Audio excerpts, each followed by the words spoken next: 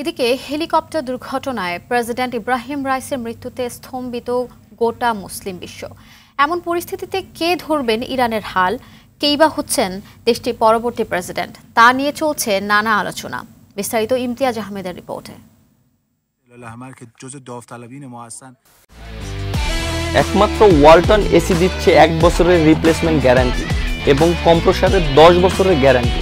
Helicopter বিধ্বস্তে ইরানের president Ebrahim Raisi, পররাষ্ট্রমন্ত্রী হুসেইন আমির Abdollahian নিহতের ঘটনায় শোকের ছায়া বইছে মুসলিম বিশ্বে।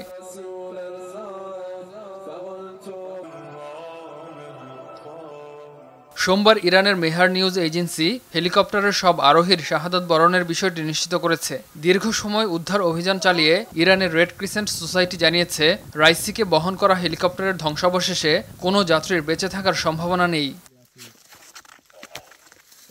রাইসির এমন মর্মান্তিক মৃত্যুতে প্রশ্ন উঠেছে, তাদের বহন করে হেলিকপ্টারটিতে আসলে কি ঘটেছিল, কেনই বা হঠাৎ এ দুর্ঘটনা। আলোচনা চলছে হেলিকপ্টার নির্মাণকারী দেশ যুক্তরাষ্ট্রকে নিয়েও। মৃত্যুর আগ পর্যন্ত রাইসি ও আবদুল্লাহিয়ান যুক্তরাষ্ট্রের তৈরি বেল 121 মডেলের হেলিকপ্টারে অবস্থান করছিলেন। রাইসির হঠাৎ মৃত্যুতে কে হবেন ইরানের পরবর্তী প্রেসিডেন্ট, এটি এখন সবচেয়ে বড় প্রশ্ন। দেশটির প্রধান হিসেবে ভূমিকা পালন করছেন সর্বোচ্চ নেতা আয়াতুল্লাহ আলী খামেনি। এরপরই ক্ষমতা প্রেসিডেন্টের, তাকেই সরকারের প্রধান হিসেবে বিবেচনা করা হয়।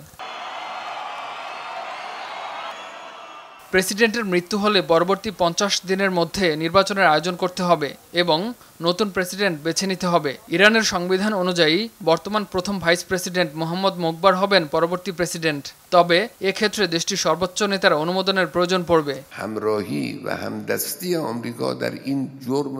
ইমতিয়াজ আহমেদ, RTV।